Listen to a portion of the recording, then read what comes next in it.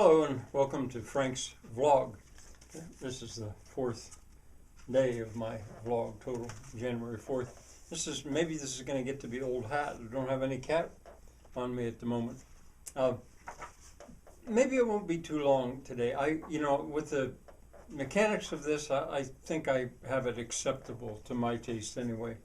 I want to say a little bit more about what I was talking about yesterday, and I really do want to move on because the main reason I'm doing this vlog and what's going to be by far the bulk of it is not this kind of stuff.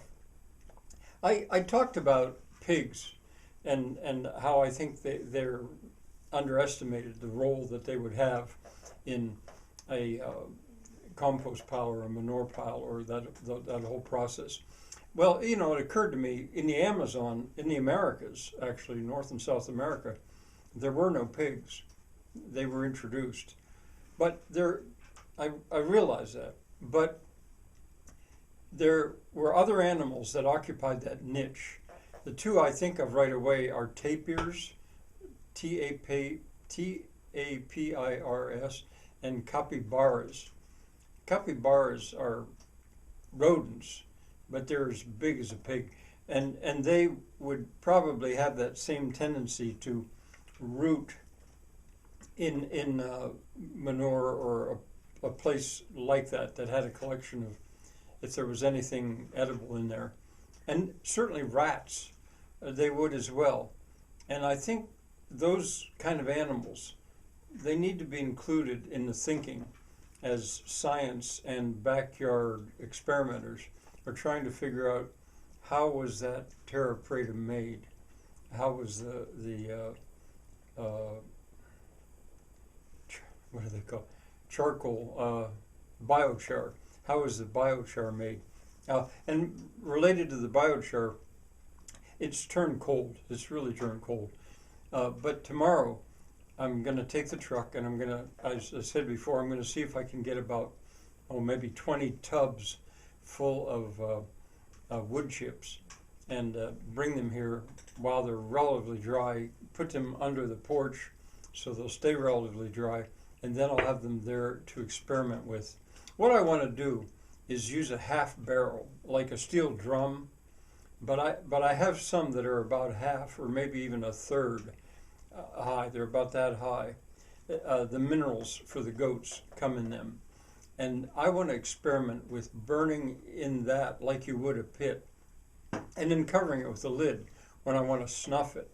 They around here they call them burn barrels. In local dialect, barrel is what standard English would say, I think. But around here, people will also say barrel, burn barrel. Most country houses have a burn barrel, a spot where they burn their trash. Before there was all this fossil fuels being used to go around and gather up trash and stuff. And those burn barrels, I think in a lot of ways they worked a little bit like burning charcoal. People would go to great pains to put a grate at the bottom and put holes at the bottom so that it would get air down there, because otherwise it would fill up too fast if it didn't have a draw at the bottom. Well, I'll tell you how that goes once I do it. I wanted to say something about the wind. You would tend to put something burning downwind of your village or your dwelling. And you would also tend to put something that smelled downwind. And that would tend to draw the two together. Up in the woods, there's a site on my sister's ground now that it was introduced to me by the N-word, if you know what I mean. But they didn't call it the N-word hut. They called it what's now a swear word, that kind of a hut. And I figured out that must have been, or must be, the remains of a charcoal burner's hut. Now, why they use the N-word on him may well be because he was always covered with black because of the charcoal. I don't know.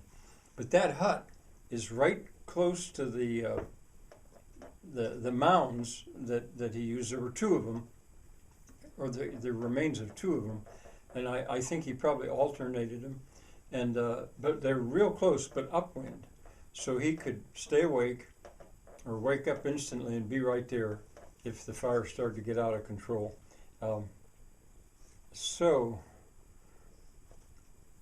I think that's it for today. We'll see how it continues to go. Bye for now.